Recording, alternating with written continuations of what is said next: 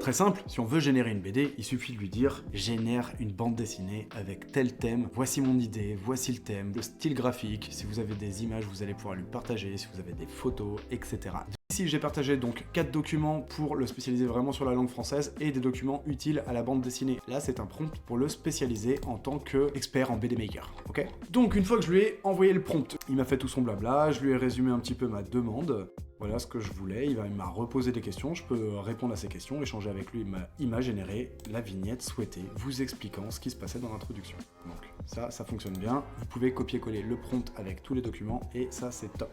Il y a possibilité de créer différemment aussi, c'est-à-dire qu'on va pouvoir l'entraîner sur nos images, par exemple si vous avez un personnage prédéterminé en tête, que ça soit un animal, un personnage réel, un personnage fictif, peu importe, vous lui partagez des images et vous l'entraînez dessus pour qu'il puisse reprendre ce personnage sur les différentes générations de BD qu'il va vous faire. Exemple ici, je lui ai partagé 10 fichiers, c'est 10 maximum, donc c'est ce que j'ai fait. Je lui ai demandé de générer la première planche et le protagoniste c'était moi. Bien évidemment, avant je lui avais donné un petit peu de contexte, donc j'ai fait la même chose qu'auparavant, je lui ai donné les documents que je vous ai filés, le méga prompt, et à partir de là je lui ai donné mes images et je lui ai dit de générer l'histoire que je voulais. Et c'est parti. Donc là il a créé des images à mon effigie, qui me ressemble quand même plutôt pas mal.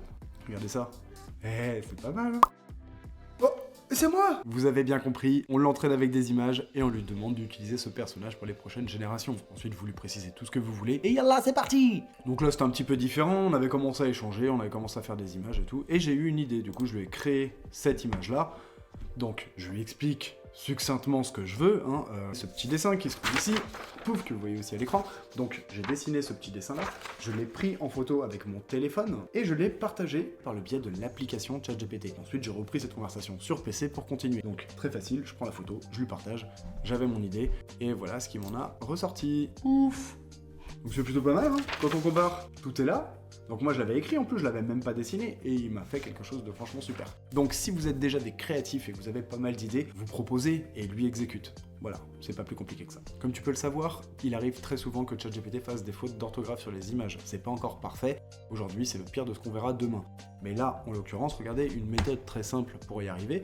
Donc cette planche était vraiment super bien, hein. Sauf que juste ici, il a écrit épopée au lieu d'écrire épopée. Eh bien, qu'est-ce que je fais? Je sélectionne le petit crayon qui est ici, je reprends ici, je vais lui demander de réécrire le mot épopée correctement, et voici le résultat. Donc il a repris l'image et il a corrigé le mot épopée.